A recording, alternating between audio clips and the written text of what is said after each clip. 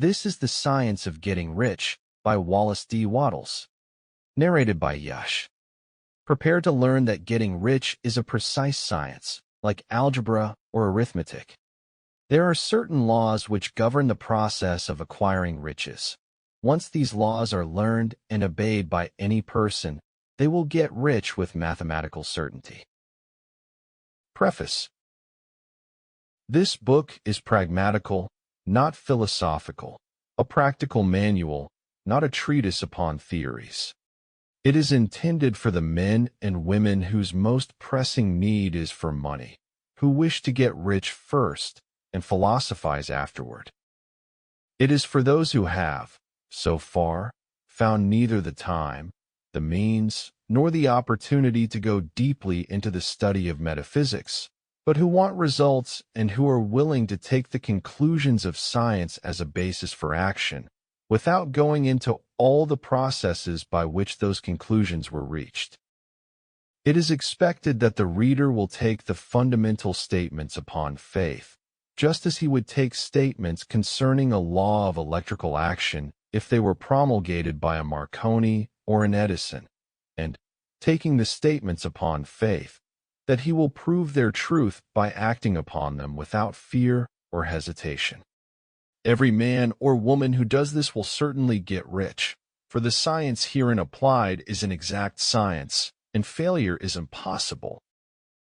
For the benefit, however, of those who wish to investigate philosophical theories and so secure a logical basis for faith, I will here cite certain authorities. The monistic theory of the universe, the theory that one is all, and that all is one, that one substance manifests itself as the seeming many elements of the material world, is of Hindu origin, and has been gradually winning its way into the thought of the Western world for 200 years.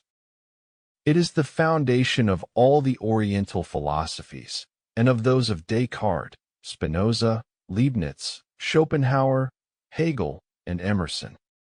The reader who would dig to the philosophical foundations is advised to read Hegel and Emerson, and he will do well to read The Eternal News, a very excellent pamphlet published by J. Brown, 300, Cathcart Road, Govan Hill, Glasgow, Scotland. He may also find some help in a series of articles written by the author, which were published in Nautilus, Holyoke, Massachusetts, during the spring and summer of 1909, under the title, What is Truth? In writing this book, I have sacrificed all other considerations to plainness and simplicity of style, so that all might understand. The plan of action laid down herein was deduced from the conclusions of philosophy. It has been thoroughly tested and bears the supreme test of practical experiment. It works. If you wish to know how the conclusions were arrived at, read the writings of the authors mentioned above, and if you wish to reap the fruits of their philosophies in actual practice, read this book and do exactly as it tells you to do. Chapter 1. The Right to be Rich. Whatever may be said in praise of poverty, the fact remains that it is not possible to live a really complete or successful life unless one is rich. No man can rise to his greatest possible height in talent or soul development unless he has plenty of money. For to unfold the soul and to develop talent, he must have many things to use, and he cannot have these things unless he has money to buy them with.